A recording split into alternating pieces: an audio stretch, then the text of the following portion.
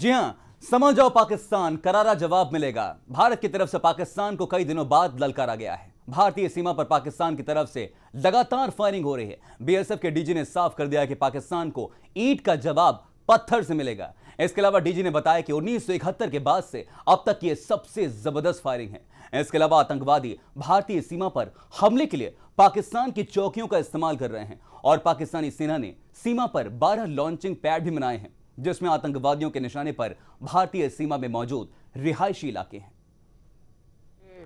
अगर दो uniform forces के बीच में अगर फायरिंग हो रही है तो टारगेट तो सिर्फ फोर्सेस ही होने चाहिए। हमारी पॉलिसी है, हमारा एक ethics of conflict, principles of engagement, कि हम फर्स्ट फायर नहीं करते हम अपनी ओर से, और दूसरा कि हम सिविलियन इलाके को टारगेट नहीं करते। We do not target the civilian areas and we do not initiate the fire.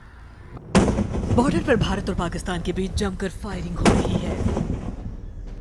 Pakistani रेंजरों की नापाक हरकतों का बीएसएफ की तरफ से करारा जवाब दिया जा रहा है।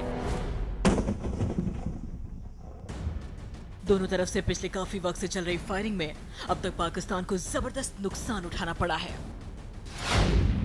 सांबा जिले में सीज फायर का उल्लंघन। पाकिस्तानी जवानों ने सांबा जिले में भी सीज फायर का उल्लंघन करते हुए जम्मू और सांबा जिलों में अंतर्राष्ट्रीय सीमा से लगे 24 गांवों और 40 सीमावर्ती चौकियों पर भारी गोलीबारी की, जिससे 3 लोग घायल हो गए और बॉर्डर पर टेंशन का माहौल बना हुआ है।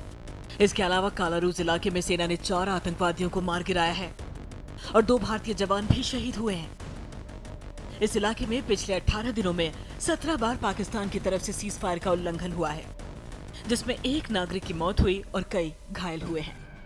देखिए, आपको पिछले कई दिनों से आप लोग इसको ट्रेस कर रहे हैं तो पता होगा कि करीब पाकिस्तान हमारे करीब 25 पोस्टों पर फायर कर रहा है, और ये घटना अब रिसेंटली 16 तारीख से शुरू हुई है। इससे पहले 1 हफ्ते के गैप में उससे पहले भी चलेगी 2-3 दिनों तक, लेकिन अभी ये जो सीरीज चल रही है वो 16 से शुरू हुई है और कल रात तक भी चली है, और हमारे करीब 25 पोस्ट में अफेक्टेड हो रहे हैं। लेकिन मैं आपको ये बताना चाहता हूँ कि बीएसएफ की तरफ से बहुत ही कारगर जवाबी कार्रवाई चल रही है। मेरे 2 प्रिंसिपल हैं, no first fire and no target in the civilian area. उसके अलावा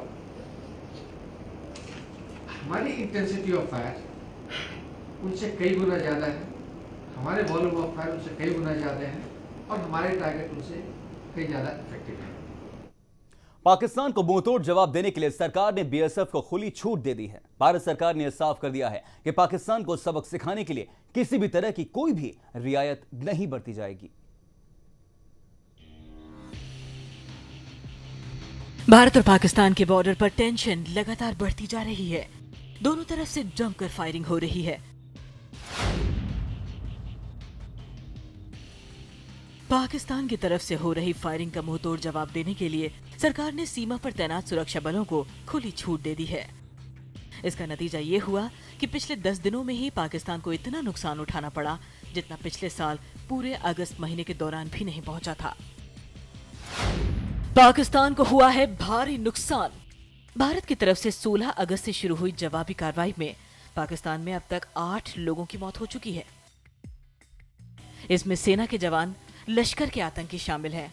इसके अलावा पाकिस्तान की ओर से अंतर्राष्ट्रीय सीमा और नियंत्रण सीमा पर की जा रही फायरिंग में अब तक 2 भारतीय नागरिकों की मौत हुई है। पिछले साल यानी 2013 में पाकिस्तानी सेना की फायरिंग ने देश के 12 जवानों की जान ली थी। वहीं इस साल अब तक सिर्फ 1 बीएसएफ जवान की मौत हुई है। जुलाई में पाकिस्तान की ओर से अचानक की गई फायरिंग में एक बीएसएफ जवान की मौत हुई थी। बीएसएफ हर स्थिति से निपटने के लिए तैयार। भारतीय जवान पूरी तरह से पाक रेंजरों की किसी भी हरकत का जवाब देने के लिए बिल्कुल तैयार हैं।